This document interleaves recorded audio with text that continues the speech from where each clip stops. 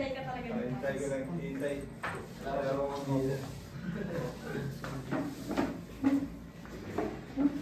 So, welcome, Christian. Sa kanina, may dynamic kami yung question kung si Kristo po ay isang kaibigan, so, anong klaseng kaibigan siya? So, hindi ko alam kung anong mga sagot ninyo. So, sa akin, ang unang pumasok sa akin, hindi ko alam, lately, ito yung naging fun sa akin. If Jesus is a friend, what kind of a friend he is? Pero parang negative yung sa akin eh. Kasi not, he is not. So, Jesus is a friend to me kasi he is not an accountant. Oh. Alam niyo ba yung accountant? Oo, po hindi. Yung di ba yun sila nagbibilang ano, sa akin din. Si Jesus hindi siya accountant, hindi siya nagbibilang ng mga ating mga kakamalian o mga ganun. No? So, nagkukwenta sa mga ginagawa niya sa atin. So, yan talaga yung lately, no, hanggang kagabi sa natin, natutunan ko na si Jesus. So, hindi ko alam anong mga sagot nyo, pero it's nice no, to recall sino ba si Jesus sa atin. So, ngayong gabi, ang ating topic is friendship with Jesus. Pero anong klaseng friend si Jesus? Actually, hindi lang ito ngayong gabi, ito yung maging siguro, hopefully, magiging topic natin throughout the year. Jesus as our friend. So si Jesus, si Jesus ngayong gabi ay siyang kaibigan na nagdadala sa atin sa pagbabago. Okay? Kaibigan na nagdadala sa pagbabago, sa kabutihan. Okay? Kasi mayroon ding kaibigan na nagdadala, di ba? Nakangiti na si Justin, no? Parang naalala. Oo. Na may nagdadala din sa atin, kaibigan na nagdadala sa atin sa kapahamakan. Oo. Masaya nga, masaya doon, masaya dito, ano ginagawa. Hindi ko na lang i-mention ano yon. Okay lang naman yung mag-game, di ba? Okay lang naman yung mag-iinom. Oo. Pero pag sumusobra naman, yun na. Oo. So, si Jesus ngayong gabi, pinapakita niya sa atin na siya ating totoong kaibigan dahil dinadala niya tayo sa pagbabago, sa mabuti. So, ito yung ebanghelyo natin ngayong gabi, which is ang ebanghelyo kahapon. Kahapon kasi is kapistahan ng pagbabagong anyo ni Jesus, the Feast of Transfiguration. So, it was, hindi naman siya church holiday, but this was the celebration yesterday. No? So, sa Lucas Kapitulo 9, versikulo 28 hanggang 36. No-split kayo, no? No-split kayo. Kala nyo? Okay. So, Luke chapter 9, verses 28 to 36. Okay? So, anong klaseng kaibigan si Jesus? Makikita natin, si Jesus, dinala niya among the 12, mayroon siyang closest friend. You see, Peter, James, and John. Okay? And dinala niya nakita niyo ba? Sorry. Rain, tulungan siya kay Rain pa. Please. Bigay mo na lang ito. Rain. Ito na lang po. Nawala na yung picture sa... Hello, ano ba? Litot talaga. Ano ba to? Okay. So, makita natin si Jesus ginaguide niya ang kanyang mga kaibigan sa, okay ito. sa pagbabago. Makikita natin dito na sa Transfiguration, ang senaryo ay dinala ni Jesus ang tatlong kaibigan, closest friend niya, sa bundok para mag-ano? Manalangin. Saan? Basahin mo. James, nakita mo ba yan? Saan mo? Sige daw, James. Hindi, basahin. Tingnan mo lang. Saan? Ha? Alam mo hindi marunong? Magbasa? Alam mo magbasa dyan? Okay. Kita ko yung message ng mo eh. Nabasa ko. So, dinala niya ang kanyang friend sa bundok para magdasal. Ang sabi dito, habang siya'y nananalangin, nagbago ang anyo niya. Kasi sa ibang gospel, makikita natin na si Jesus, pag-akyat niya in Matthew, nagbago yung anyo niya habang nandun siya sa bundok. Pero sa Lucas, pinakita bakit nagbago. Dahil sa prayer. So yung pagbabago pala, no, ay bunga ng panalangin. At ito ang tinuturo ni Jesus sa atin. Bakit tayo ngayon nandito gabi-gabi, lalo na tinatawag natin School of the Word? Bakit? Para ano? Para lang, para lang may aircon? Oo. Ay, ano po kayo? Cool ko naman, ako ba yan? Kumain no, pagkaan yung last Saturday of the month, no? Birthday celebration, no? Ako yun. Ito yun, oo. Or may car. So, marami tayong reason bakit tayo dito. Pero, napaganda na alamin natin ang katotohanan. Ano bang katotohanan? Bakit tayo nandito? Hindi dahil si Justin nandito kasi nandito si Ella, or si Christian kasi kinukulit siya ni L2, o si Ate Dar kasi advisor si Ate Dar kaya nandito naman, or sila Rain at saka si James kasi moving up sila sa teens, from kids to teens, kailangan dito na makakaya naman na move up, binigyan ng honor, tama ba? No? May graduation pa. Mali yata yung soundtrack.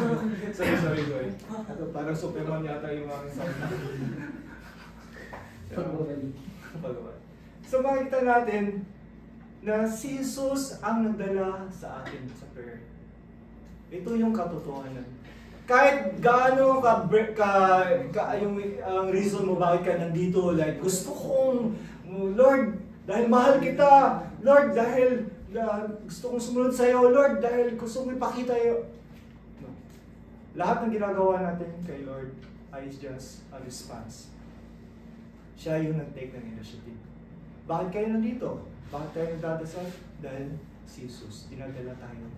He is the one who take the initiative. So, ano ang response natin kay Jesus? Is pasalamat. Grateful. Yun ang una. Pag pumasok tayo, when we are in prayer, when we pagpasok natin sa simbahan, yun dapat sana una natin naramdaman. Pasalamat. Lord, salamat na dinala mo ako dito. Kasi I could be somewhere else, di ba? Tonight, pwede naman. Ako, pagod na ako. Sabi ko, cancel na lang ito ngayon kasi I have a long day. Galing ng NU. Sa amin, sa National University, and then nag-meeting ng formation from 1:30 to 5 o'clock, then biyahe dito, gabi. Pero, bakit tayo nandito? Dahil kay Jesus. Siya nagdala. Okay? So, pero, may question. Napaganda sa Word of God kasi may mga senaryo, mga bagay-bagay, no? Gusto ko yung mga pronunciation yun sa Tagalog, bagay-bagay. kasi narinig ko bagay-bagay. Bagay-bagay pala yun. Bagay-bagay. Pero yung bagay sa amin is short ng sumbagay, yung suntukan.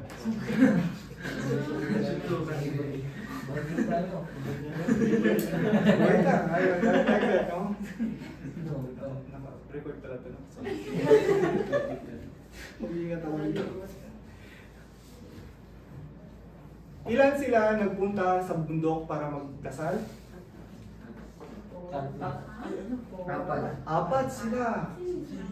Sumapat si Jesus.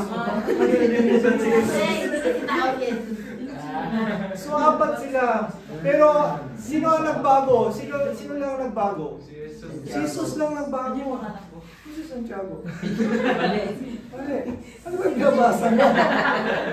Okay ba? Okay ba? So si Jesus lang ang nagbagong anyo. Pero lahat sila nagdasal, di ba? Wait, sandali lang. Lahat sila nagpunta sa bundok para magdasal. Pero si Jesus lang ang nagbago. Pero sabi natin, yung pagdadasal ay yun ang cause ng pagbabago. Eh bakit si Jesus lang ang nagbago? Anong nangyari sa kanila? Okay, tingnan natin, okay? So,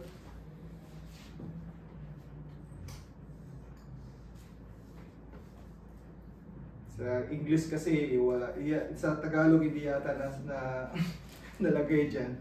Sa English, in verse 32, Peter and his companions had been overcome by sleep.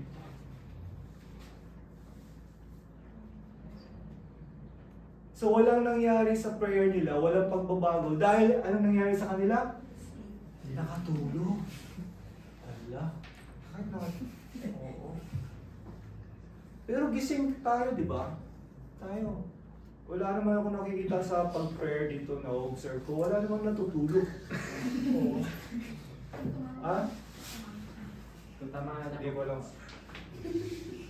No, honest, wala akong nakikita natutulog. Pero bakit sila natutulog? Question natin. Ang napaganda po ng salita ng Diyos kasi sobrang malalim. Madami siyang detalye kasi yung first glance lang natin parang. Pero tanongin natin, bakit sila natutulog? Umakyat sila ng bundok, di ba? So, pagod. Pero, bakit si Jesus hindi? May kasabihan, when you travel light. Mountaineering, kung may umaakyat ng bundok, always have this rule, to travel light.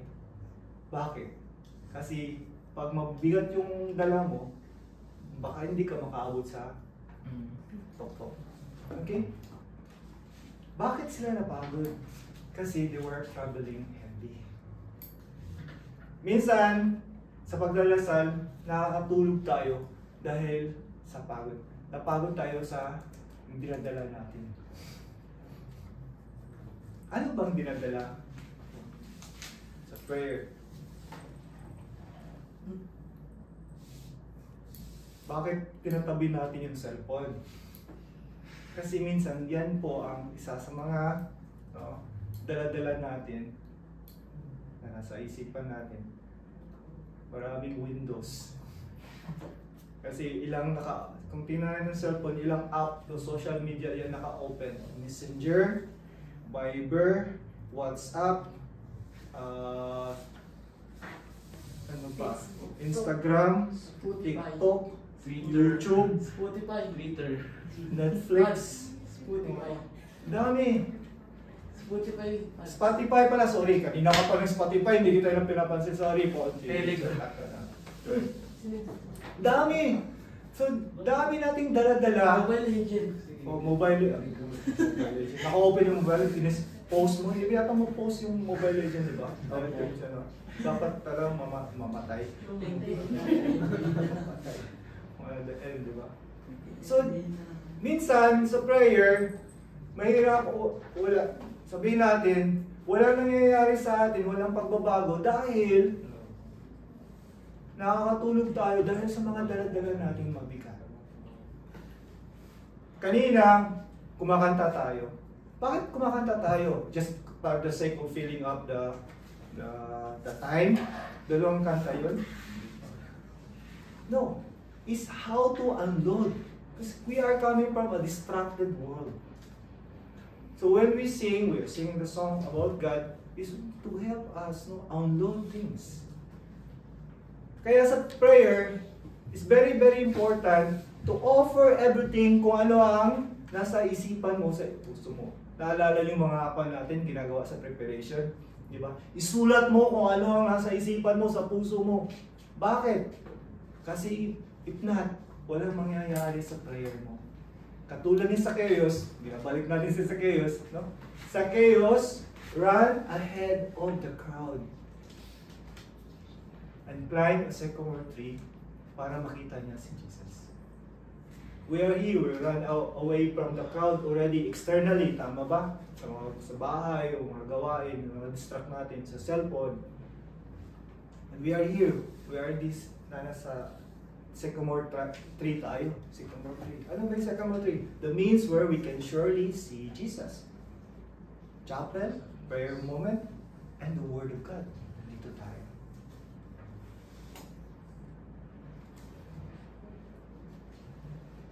And kaya, napaganda, no, sa Luke, tapusin ko na lang to. Sa verse 36 ng Lucas, pwedeng bang basahin? Sino pong pwede magbasa? Babasa mo ba yung James? Kaya mo pong basahin? Hindi. Sino mo babasa? Sige po. L2. Ikaw kasi nasa harapan ko. Nang mawala ang tinig, nakita nilang nag-iisa na si Jesus. Hindi mo na ipinamalita ng mga alagad ang kanilang nakita. Okay. So, nung nawala, ano bang scenario dyan? Before no? After the voice had spoken, not only that, seeing the glory of Jesus, yung transfiguration niya, nakita din sino nandoon? Si Moses at si Elijah. And the cloud, with all this disappear, sino natira? Jesus. And this is the invitation sa atin. Like Zacchaeus, he was there. Ang invitation ni Jesus sa atin is, hurry down. Don't remain sa sinusulat mo sa notebook. Don't remain reading the Word of God. I am in your life. Hurry down. Nasa buhay mo ako. Namimiss kita. Hurry down. Don't remain sa share ko. Kasi Lord sa atin sabi, hey, Justin, nandito ako. I'm here. I'm very happy sa buhay, sa presensya mo. Naalala ko siya last Sabado. Sabado ba yun? Nagpunta tayo. School of the World pa tayo. Sabado ba yun? Friday. Friday. Nang nakita. First time kong nakita si Tricia. Alam mo naman si Tricia, no? Hyper no? Pag nakikita niya ako, may kwan kami, no? So, paglingan ko, nakita ko siya nasa likod, sabi ko, Tricia! And then sabay niya sa akin, Patrick! Hindi yung ganun, nakalakas. Yung ways like that, no? I was like, and then, sa moments of prayer, the Lord was reminding me, that's me, bro. That's me when you enter into this chapter. When you pray, that's me. Oh! Ganun, no? Like that. And this is our Lord. Sino ba si Kristo sa buhay natin as a friend? He's the one who misses you. He's the one who's excited. So tonight, napaganda. Dahil pansinin natin si Kristo sa buhay natin. Tanungin natin, Lord, ano bang nararamdaman mo ngayong gabi sa akin? Okay? So ngayon, balik tayo sa question, no? Sino si Jesus? If Jesus is a friend, anong klaseng friend siya ngayong gabi sa atin? Lalo na sa pagbasa. Okay? Sige po.